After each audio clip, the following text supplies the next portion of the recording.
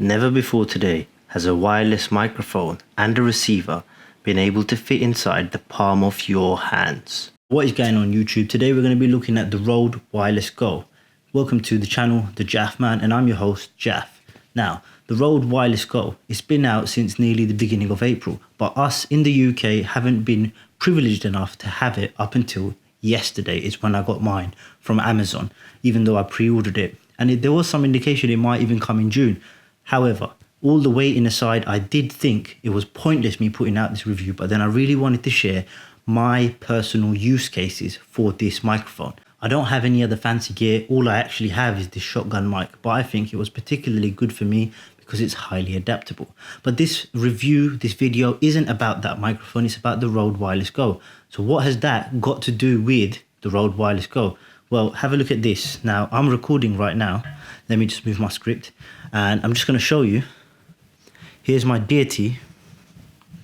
And here is the Rode Wireless Go. Now, the audio may be a bit off as we're moving it around and you can hear it louder or quieter.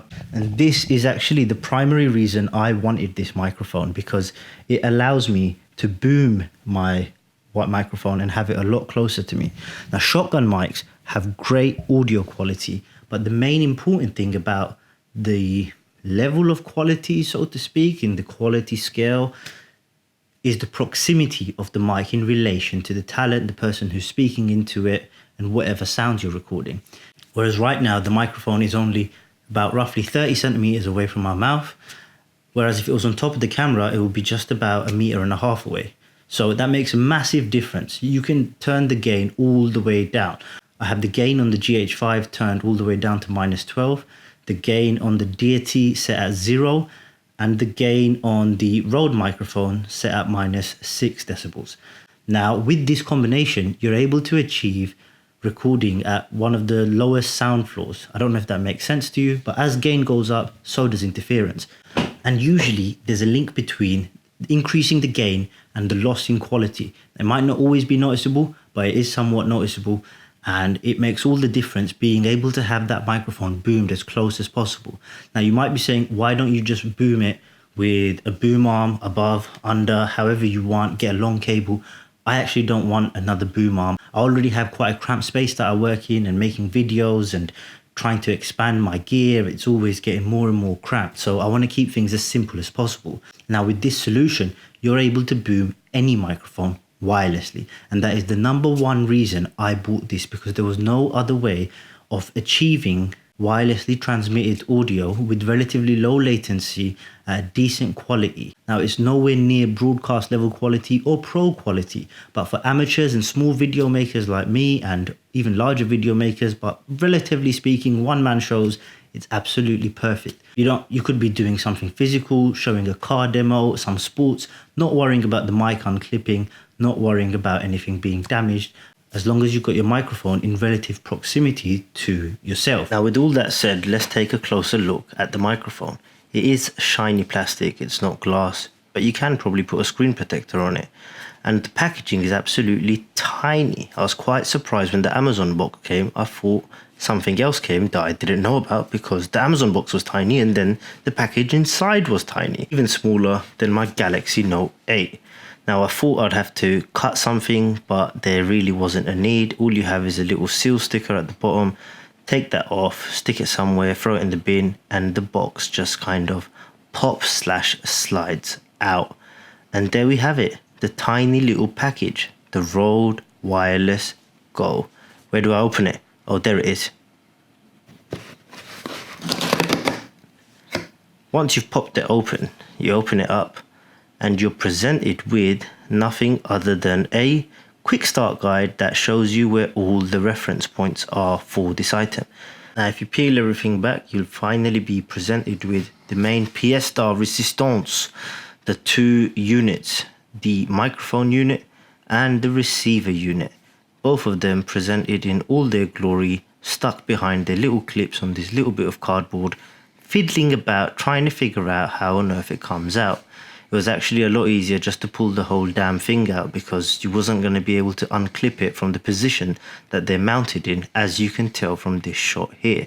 But great use of packaging, great tiny package, minimum carbon footprint. I guess that's something we all got to be considerate about. And on the side of the boxes, you will find 2 USB cables, or USB-C should I say, with Rode branded Velcros on either side of them. And that is absolutely necessary because both of the units charge individually, and it would have been great to have some sort of bridge cable when you're charging them together. I don't know if such a thing exists, and I did wonder if I could bridge USB to USB and then have a third USB hole where I can charge both at once. Now you get these two little furry things, furry, fury, dead cat, whatever it is. Doesn't look really like a dead cat.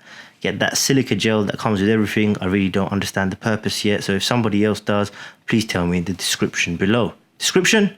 Comments below. You get the SC2 patch cable and a little carrying pouch. All very nice. Now, the next bit everybody seems to love on YouTube, so I'll shut up.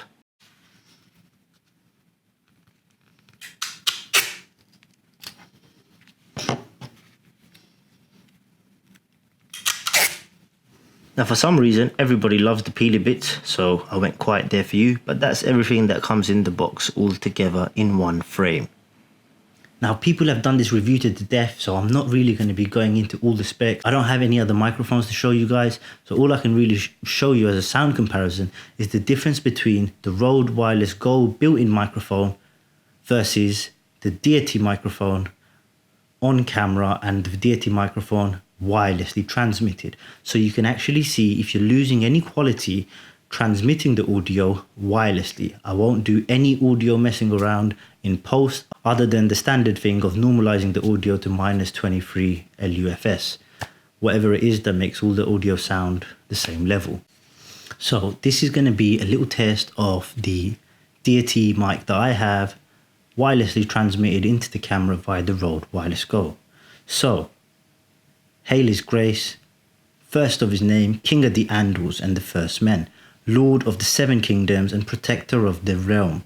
All hail his grace, Jon of House Targaryen, first of his name, King of the Andals and the First Men, Lord of the Seven Kingdoms and Protector of the Realm. All hail his grace, Jon of House Targaryen, first of his name, King of the Seven Kingdoms, Protector of the Realm and King of the Andals. I probably got that one wrong, but you get to see the difference. Booming your microphone a lot closer is absolutely a great way to boost your audio.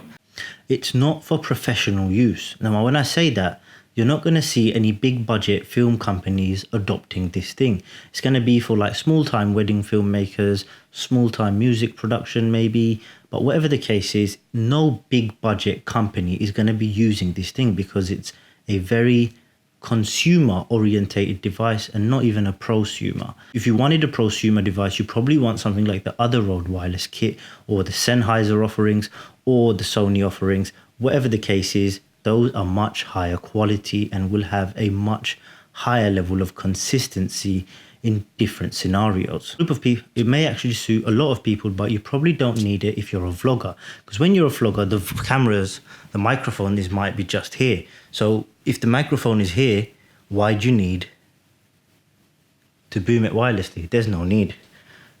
And in that scenario, you're probably saving a lot more.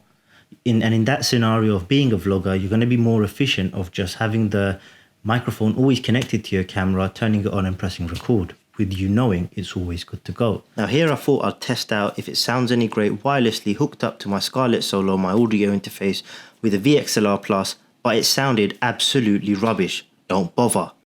With it being already so tiny, I thought, you know, if they could have made the battery life at least 10 to 15 hours just by making it ever so slightly thicker or longer. So that's my thoughts on the Rode Wireless Go and why I think it's absolutely awesome for small scale productions like myself and maybe other people. So that's all I really have to say about the Rode Wireless Go. I think it's awesome at this price point. I thought the portability factor is awesome. The quality is very decent, somewhat lacking in the battery life department and not for prosumers or pros. But with all that said, this is a great microphone. And until I make another video, I wish everybody fasting in this month of Ramadan a blissful and prosperous month to come and years to come.